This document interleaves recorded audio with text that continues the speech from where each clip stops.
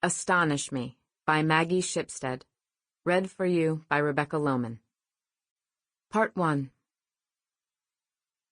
September 1977, New York City. In the wings, behind a metal rack crowded with bundles of cable and silk flower garlands and the stringless lutes from Act 1, 2 black dachshunds lie in a basket. They are awake but motionless, their small, uneasy eyes fixed on the dancers who come smiling and leaping off stage and give themselves over to violent exhaustion, standing stooped, hands on hips, heaving like racehorses. The dancers grab fistfuls of tissues from boxes mounted to the light rigs with gaffing tape and swab their faces and chests. Sweat patters on the floor. A stagehand pushes an ammonia-smelling mop around. The pas de deux begins. 2 Russian stars are out alone in the light, both defectors. The surface of the stage has the dull shine of black ice. Rosin dusts it like snow. Ordinarily, members of the corps do not dare acknowledge the dogs, but Joan Joyce crouches and strokes their long backs. She fingers their velvety ears and smooth little skulls. The creatures shrink away into their basket, but she persists. In the shadows, other corps girls stand waiting in a clump, tutus overlapping like a mat of stiff lavender blossoms. "What are you doing?" one of them whispers. "You can't touch those." Joan's roommate, Elaine Costas, a soloist, is sitting against the wall and stretching. Her point shoes are pressed together at the soles like hands in prayer, her face bent to their arches. Her costume is yellow, the bodice embroidered with gold. "If Ludmila were going to murder Joan," she says, looking up, "she would have done it already." One of the dogs sets a paw against Joan's wrist and braces away, his hard ebony nails digging into her skin. She kisses at him. He lifts his ears, then remembers himself and flattens them, recanting his interest.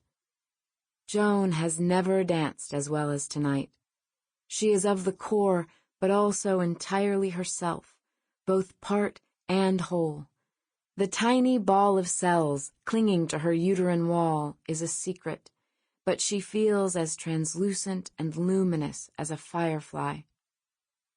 Arslan Rusakov and Ludmila Yudemskaya appear in the bright channel between the black stage drapes and stop, glazed with sweat and white light. He turns her waist between his palms, his face set in an ardent mask. Love in a ballet is something that does not exist and then suddenly does, its beginning marked by pantomime, faces fixed in rapture, a dance. After, when they are hidden in the wings or behind the curtain, the dancers will grimace like goblins, letting the pain show. At home in their apartment, Elaine sometimes does an unkind imitation of Arslan's love face, dancing pompously and then turning to answer herself with a parody of Ludmila's smile. Bared teeth beneath flinty eyes. Joan laughs and asks for more, but the mockery stings.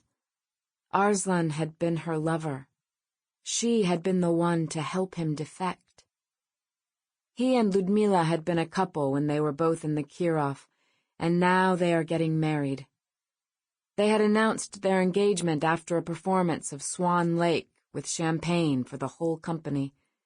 Ludmila's head was swathed in a crown of white feathers.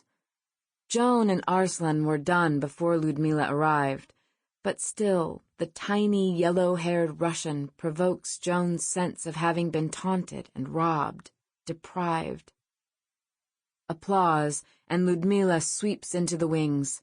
The music for Arslan's variation begins. Joan keeps petting the dogs, but the animals crane their long necks for a glimpse of their mistress. "They're not nice," Ludmila says after a moment, her accent flat and heavy like a stone in the back of her throat.